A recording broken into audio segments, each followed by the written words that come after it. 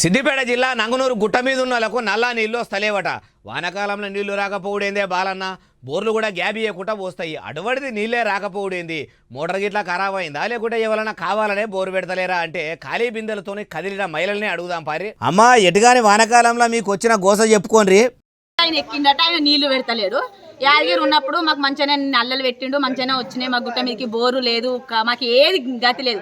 5 రోజుల నుంచి వాన కొడితే వాన నీళ్లు పట్టుకొని వడపోసుకొని మేము తాగుతాం. అయ్యయ్యో, ఎంత కష్టం వచ్చింది చూడుండ్రి. వాన నీళ్లు వడపోసుకొని తాగుతున్నారట. ఓ నీళ్ల మంత్రి ఉత్తమ్ కుమార్ సారు, ఇదేనా సారు మీరు తీసుకొస్తామన్న మార్పు?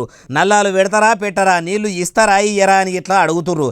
ఇంకా కూడా అన్నారు ఇనుండ్రి. అమ్మ ఇంకా చెప్పిగా, సర్పంచ్ బోర్ మంచిగా వేపిస్తా అని పైపు తీసుకొని వచ్చిండు, 2 నెలలు ఉంచిండు. మేము వేసుకోలే, చేసి పంపిస్తా అన్నాడు. పొక్క తీపిచ్చి వేపిస్తా, కలెక్షన్ కలిపిస్తా అన్నాడు. కలిపియలే. మళ్ళీ చూసిండు ఆయన పైపు ఆయనే ఎత్తుకొని పోయిండు.